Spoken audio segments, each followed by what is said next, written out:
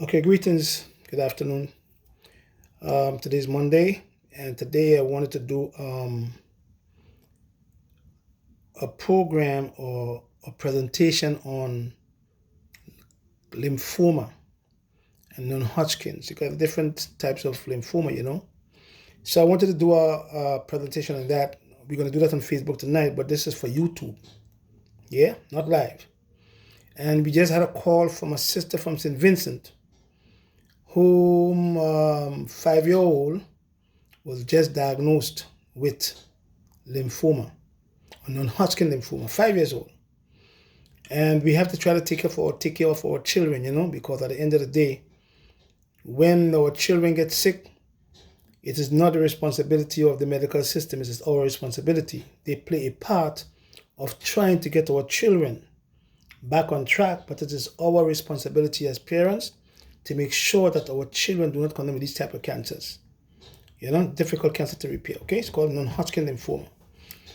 Now, another child, a 2-year-old, who was just diagnosed with leukemia, and another 8-year-old, sarcoma cancer. They just lost another 5-year-old child in Grenada to sarcoma. Then we have a 14-year-old child again, little girl, cancer again, sarcoma cancer. And those cancers affect little children, and it's very difficult to fix these cancers because they're very fast moving. We call them sarcoma cancers, okay? Very difficult cancer to fix. They're cancers of the tissues and the cartilage.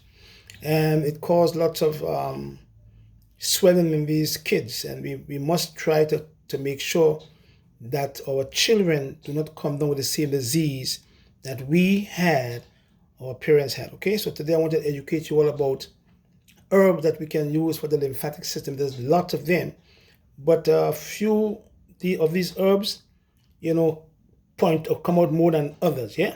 And we're going to just talk about 3 of them, but there's a lot of them. And we have them in a protocol, lymphatic drainage, to drain the lymphatic system. As we said before, the lymphatic system is vested in fluids that flow parallel to the bloodstream. So fluids. So the lymph system and the kidney, which is the water organ, they work together. All the fluids are important.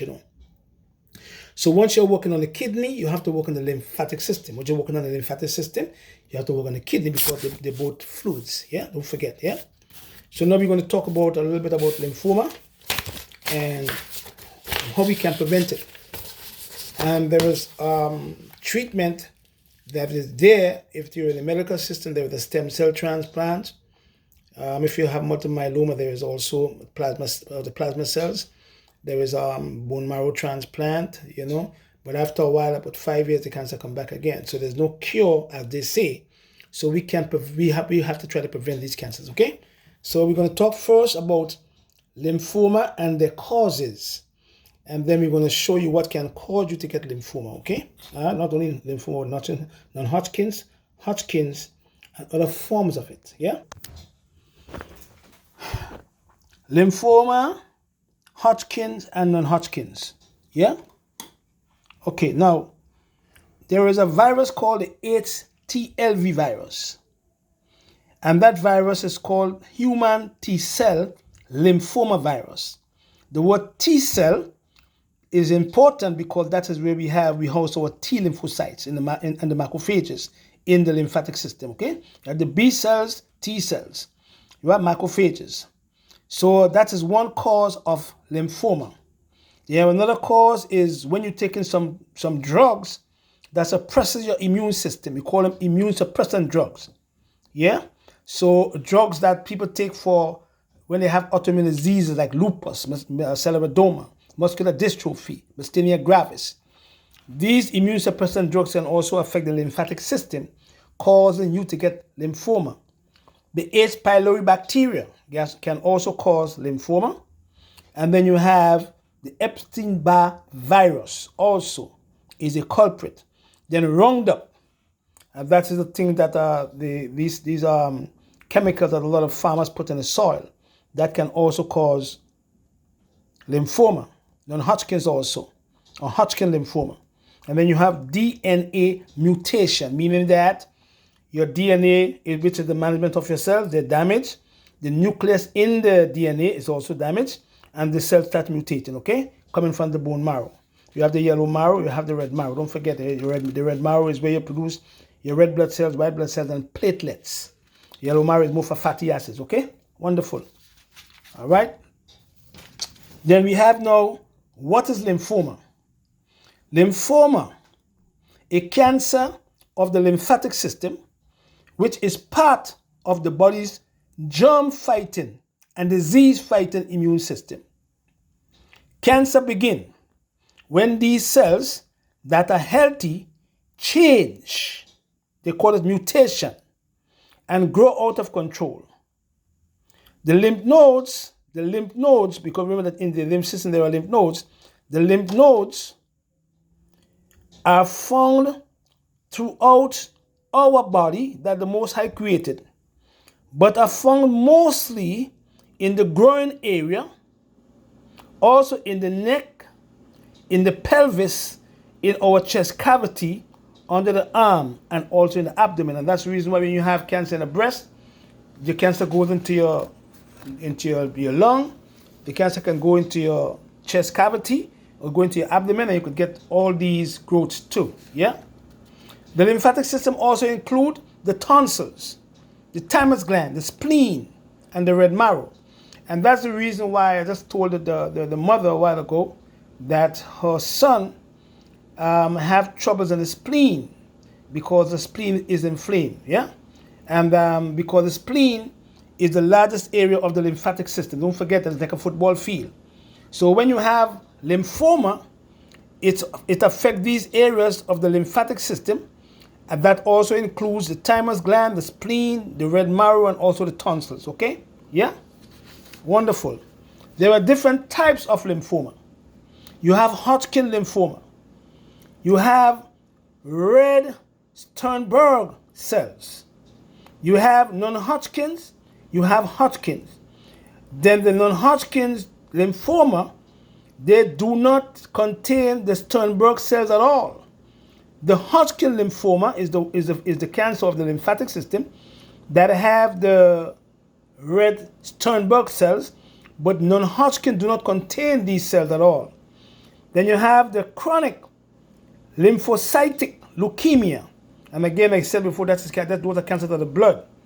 The little 5-year-old boy have growth in his neck, so we know for a fact now that he have troubles in that area. Okay, yeah. We don't want to stay too long. Wonderful.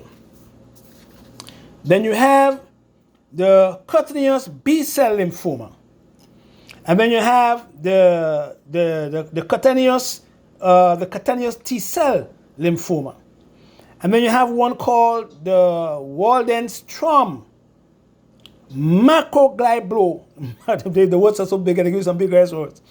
Macroglobulin.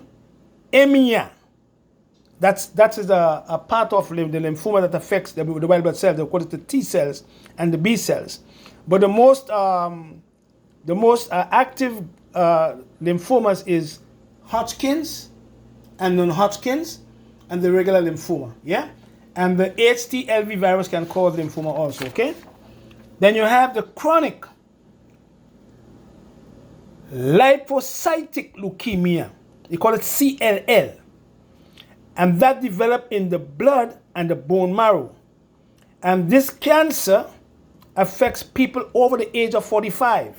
It's not to say young people can get it, but it affects people over the age of 45, okay? This type of cancer right here. And then we're going to talk about the other ones now. The one I call cutaneous B-cell lymphoma.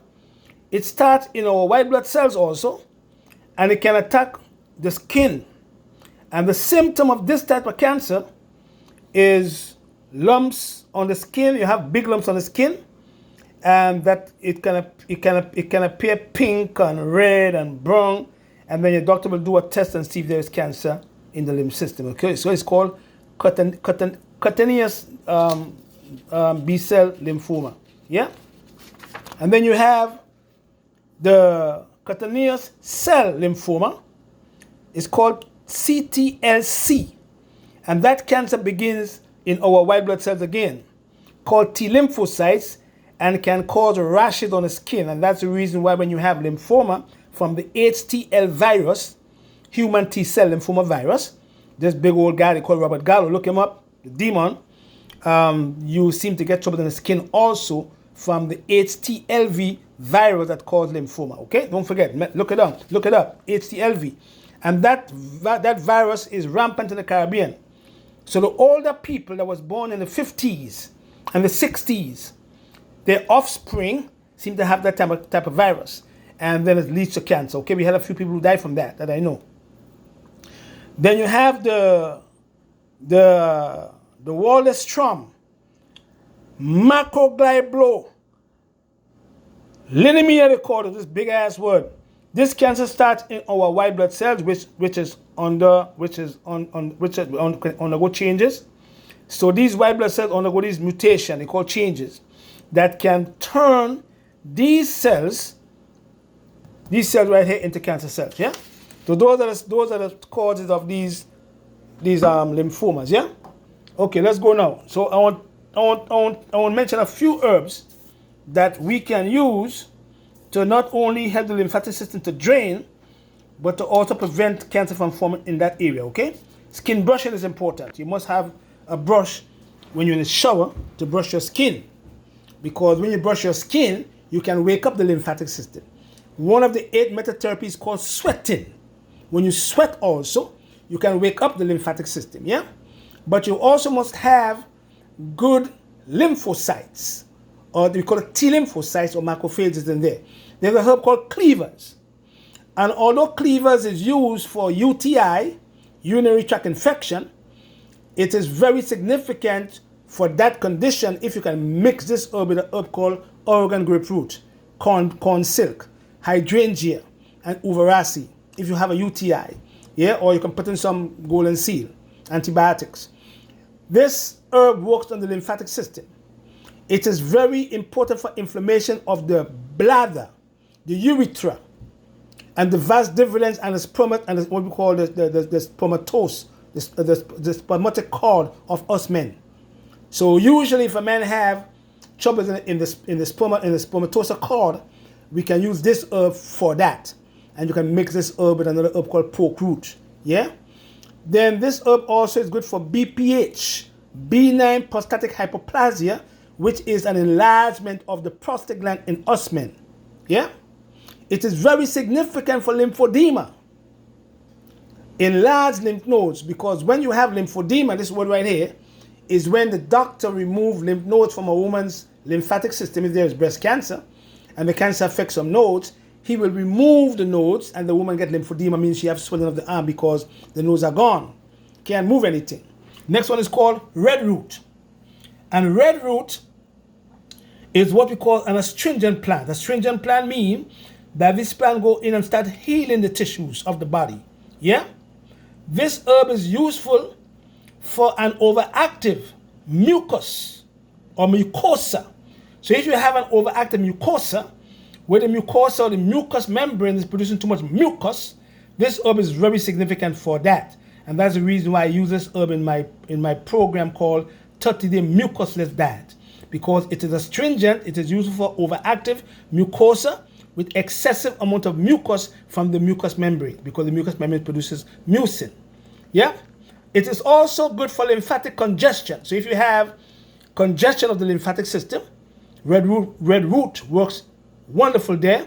And it is very good for women who have fibrocystic breast disorders, fibrocystic breast disease they call it. It is very important for hemorrhoids too. Bad circulation in the rectum, if you can mix it with cinnamon, ginger, horse chestnut, collinsonia, ginkgo, and other plants, gotacola, and even rosemary. Yeah, it works wonderful for hemorrhoids if these herbs could be mixed together. But it is very significant for the lymphatic system, excessive amount of mucus from the mucous membranes. And this is very significant for healing tissues of the body. Yeah. Next one is called Stillinger. And Stillinger is a wonderful plant. It is very important to use this plant when you have any kind of troubles in the body, because we call it an alterative plant. Alterative plants is like raspberry leaves, alterative. Stillinger is an alternative plant. Alternative plants mean that they go in and they heal any part of the body that is damaged. Yeah? This herb is very significant for syphilis. And is also significant for degenerative diseases like osteoarthritis, rheumatoid arthritis. Yeah? It is also significant to stimulate liver, lymphatic, and kidney function. So in all my formulas with the kidney and the liver and the lymphatic system, we have Stillinger inside there. It is also important for pertussis. If you can mix it with thyme, if you can mix it with saw palmetto, if you can mix it with lobelia, and you can mix it with also a herb called mawang, or ephedra they call it. But it is also important for irritated cough. So if you have a cough that is irritating, you can mix this herb Stillinger with lobelia, black haw, cranberg, and then we can stop and then you can use some elecampane to bring up the mucus. Okay, yeah. Or you can also mix it with wild cherry bark if you have pertussis. Yeah. Or if you have trouble in the vocal cord. And these are only the 3 herbs that we can use for lymphatic stagnation, lymphatic congestion, and lymphatic drainage. You can use red clover. You can use Echinacea purpurea or Echinacea angustifolia. You can use pork root. You can use blue violet leaves. You can use poriaco. You can use marigold. You know, they all play a role in helping the lymphatic system. And once you can use these plants in the right way, you can drain your lymphatic system. And once you drain your lymphatic system, then you know for a fact that you won't get cancer that faster, okay? So that is what I wanted to teach you all today about the lymph nodes or lymphatic system, how it functions, and how we can prevent troubles in that particular area, yeah? So give thanks and praises to the Most High. And don't forget to go to my website, Patrick Delves, holistichealing.com, and you can see all these products. We have the lymphatic drainage, we have the stem cell formula, we have the anti-cytokine Inflamed that help the macrophages to prevent cytokine storm, and the other products there, okay? Or you can call me at 631-530-2329, or you can go to the website on ambrosiahealthfoods.com or 718-469-0985. Thanks for watching, and give thanks and praises to the Most High. Don't forget that each one teach one, and don't forget to always pass on a message to someone, because you can save someone else's life. Give thanks and praises to the Most High. Blessings always.